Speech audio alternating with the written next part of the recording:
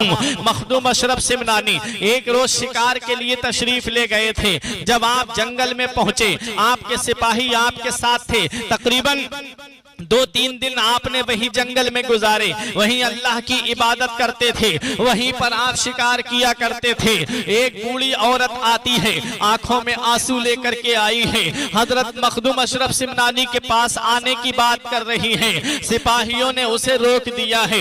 मखदूम अशरफ सिमनानी कहते हैं, इस बुढ़िया को मेरे पास आने दो। वो ज़ईफा आती है, बूढ़ी है, आंखों से आंसू निकल रहे हैं, चेहरा बता रहा है कि इसके ऊपर जुल्म हुआ है, उसका वजूद बता रहा है ये किसी की सताई हुई है। बुढ़िया जब आई, मखदूम अशरफ सिमनानी ने फरमाया, बता अम्मा क्या बात है। उस बूढ़ी ने कहा, आपके एक सिपाही ने मेरा दही जुल्मन ले लिया है और मुझे उसकी कीमत नहीं दी है।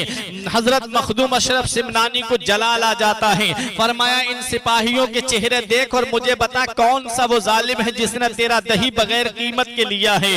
आप ने जब इतना फरमाया, उस ज़ईफा ने सबके चेहरों पर नजर डाली, बोली इनमें से कोई नहीं है। फरमाया, तू खूब उसको पहचानती है। उसने कहा, हाँ हुजूर, मैं उसका चेहरा नहीं भूल सकती। मखदूम अशरफ सिमनानी ने फरमाया, अच्छा। तो एक सिपाही और घोड़े से आ रहा था, शिकार करने निकल गया था। जब वो करीब में आया, ज़ईफा ने कहा, हुजूर यही वो शख्स है जिसने मेरा दही लिया था और मुझे कीमत नहीं दी थी। मखदूम अशरफ सिमनानी ने फरमाया, तूने ज़ईफा का दही लिया है और तूने उसकी कीमत अदा नहीं की है। उसने कहा, हुजूर ये बुढ़िया झूठ बोल रही है, मैं नहीं जानता ये बुढ़िया कौन है और कहां से आई है।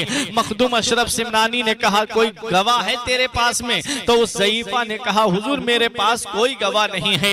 मखदूम अशरफ सिमनानी ने फरमाया, अभी मेरे पास एक तरीका मौजूद है। आपने एक सिपाही को हुक्म दिया, चंद मक्खियां पकड़ करके लाओ। चंद मक्खियां पकड़ करके लाई जाती हैं और ला करके उस ज़ईफा के सामने उसके मुंह में डाल दी जाती है उस सिपाही के। जब उस सिपाही के मुंह में डालना था कि उसको कै आती है, उल्टी आती है और वो सारा दही उल्टी के जरिए बाहर निकल आता है।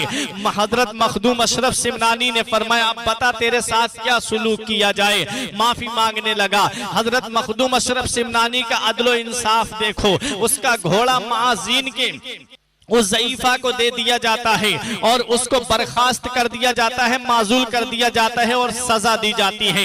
ये हैं हजरत मखदूम अशरफ सिमनानी।